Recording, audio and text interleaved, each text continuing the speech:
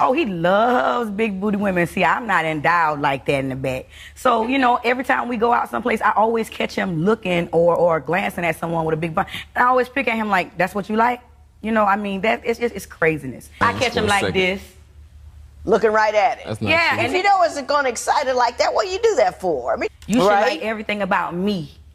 I don't feel comfortable and confident in myself when you're not, you know, focusing on me. You focusing on every big butt you see walk by. I mean, come on now. And just like that, an explosive courtroom clash erupts. A marriage tearing apart over glances, arguments, and years of buried resentment. The meltdown only gets uglier from here. Welcome back to the channel where no nonsense survives. Today we dive into a chaotic courtroom clash between Courtney and Hermaine. A marriage crumbling under insults, mistrust, and petty battles. Hit that subscribe button for more savage takedowns and real drama breakdowns. It started like so many divorces do, with two people who couldn't stop bickering. Courtney and Hermaine had been married for almost 5 years, but according to them, they argue about everything. Your Honor, we argue about everything.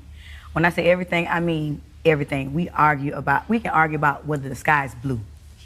The courtroom exploded in laughter, but underneath there was nothing funny about it. One of the final straws? A ridiculous fight over food. I don't want chicken, I want burger.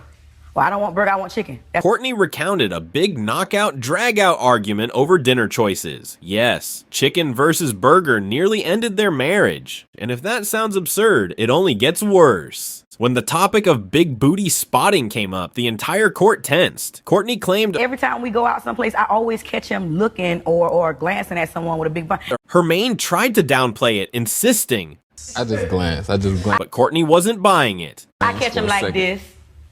Looking right at it. That's not true. The weak defense crumbled even further when Hermaine admitted Courtney sometimes caught him in the act but flipped the blame. I think she'd be looking harder than me, actually. He even claimed that Courtney was the one noticing other women harder than him. It was a desperate spin, and the judge and audience weren't fooled for a second. The emotional toll of the endless arguments was written all over Courtney's face. She confessed, I feel like I'm his wife. You should like everything about me. I don't feel comfortable and confident in myself when you're not, you know, focusing on me. You focusing on every big butt you see walk by. I mean, it wasn't just about wandering eyes. It was about insecurity, neglect, and a total breakdown of trust. And it got uglier when everyday problems turned into battlegrounds. Courtney vented. Because I'm clumsy, and I'll fall over everything. He leaves everything around every place, and I'm constantly picking up after him. Instead of taking responsibility, Hermaine casually shrugged it off. I have a bad habit of doing that. He even admitted he sometimes picked up his things just to toss them back down out of spite. The argument seeped into family matters too. Wedding photos torn up in rage. I ripped them up. Hermaine admitted, stunning the courtroom. Why? Because of fights about each other's families. Fights so toxic they tore literal memories apart. Hermaine felt Courtney's family looked down on him. They act like I'm not good enough for her. Meanwhile, Courtney accused Hermaine of not defending her when her family criticized him, and vice versa. Everything, from chicken to glances to family phone calls, became ammunition in a relationship already riddled with resentment. The petty squabbles were only the surface. Underneath was a marriage already buried under years of bruised egos, broken trust, and small betrayals. And the judge wasn't about to let either of them off easy. Just when it seemed like the chaos couldn't escalate any further, the judge uncovered one of the most jaw-dropping revelations yet. Courtney revealed with frustration, because he tore my pictures and the license. I just found out the license was with it too. Hermaine didn't deny it. Cool as ice, he said. And I ripped them up. It makes me feel better. in front of everyone, friends, family, and now the entire world, he casually admitted to destroying the evidence of their marriage, just for a moment of emotional release. The judge didn't hold back. She called it out directly. That's childish. You know, you got to pay for stupidity.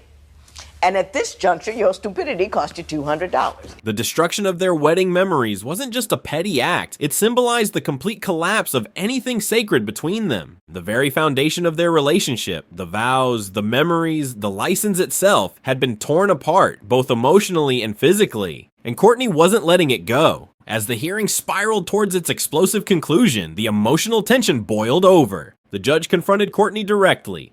You never go global in an argument. In other words, you can argue about the issue, but you cannot pull someone's character or ability or an overall statement about, She hammered it home. because you don't listen. You're all full of what you think. I'm over here dropping what I think may not be great wisdom, but some wisdom, but you're still arguing with me about it. Courtney, looking crushed, could only whisper back.